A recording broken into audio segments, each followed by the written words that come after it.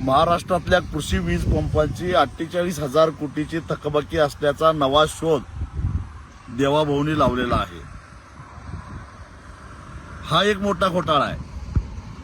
याचं कारण गेली अनेक वर्ष महाराष्ट्राचं ऊर्जा खातं आणि त्या ऊर्जा खात्याच्या अंतर्गत येणारे महापारेषण असेल, महाजनको असेल, महानिर्मिती असेल, या सगळ्या कंपन्या त्यांच्या नेतृत्वाखाली काम करताना दिसत आहेत। आणि ही जी थकबाकी आहे, ही थकबाकी म्हणजे इतर क्षेत्रामध्ये जी काय विजेची चोरी होते त्या वीज चोरीचा हिशेब लागत नाही, शेतकऱ्याच्या नावावर टाका, अशा पद्धतीचा हा सगळा हिशोब आहे।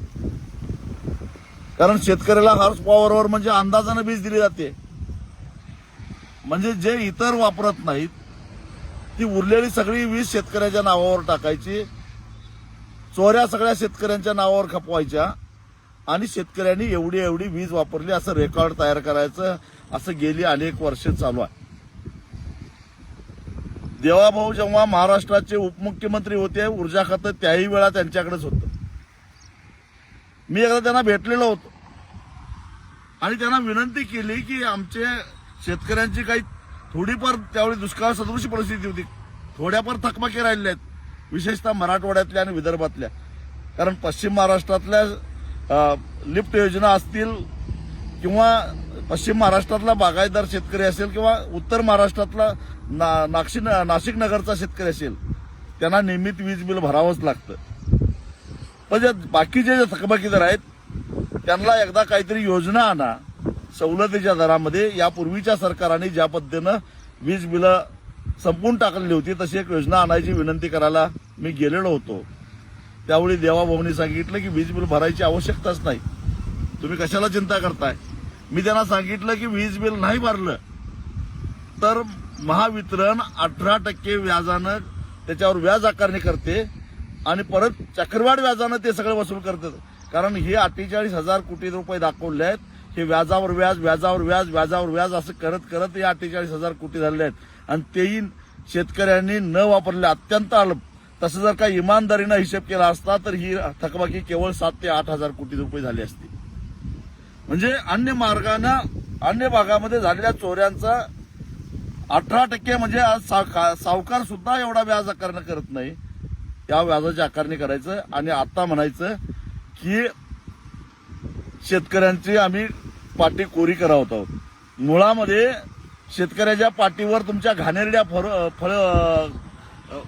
कडून तुम्हीच लिहिलेलं आहे, तुम्हीच घाण केलेली आहे आणि त्यामुळं शेतकऱ्याची पाठी स्वच्छ करून द्यायची जबाबदारी तुमची आहेच, पण नाव शेतकऱ्यावर घालू नका। कारण अनेक घोटाळे, जसं 40-42 हजार कोटीचा शक्तीपीठ महामार्ग 1,10,000 कोटीला करायचा आणि त्यातनं पैसे काढायचे, त्याच पद्धतीनं शेतकऱ्यांचे 48,000 कोटी रुपये माफ केले असं सांगायचं आणि त्याच्यामध्ये सगळ्या ऍडजस्टमेंट करायच्या, याची पहिल्यांदा चौकशी झाली पाहिजे अशी माझी मागणी आहे।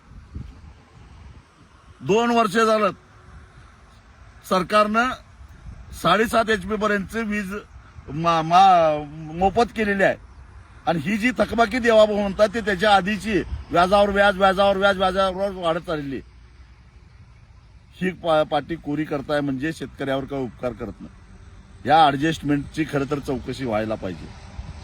कारण हा सारा घोटाळा काय, तुम्ही शेतकऱ्याला दिवसा वीज द्यायच्या नावाखाली जे कुसुम योजना आणि अन्य योजनेच्या माध्यमातून जे सोलर प्रकल्प राबवलेले आहेत, त्यासाठी खरेदी केलेले सोलर पॅनेल त्याची खरी किंमत किती आहे आणि ते महावितरण महापारेषणच्या महाजनकोच्या माध्यमातून कितीला खरेदी केल्यात, याची चौकशी झाली पाहिजे।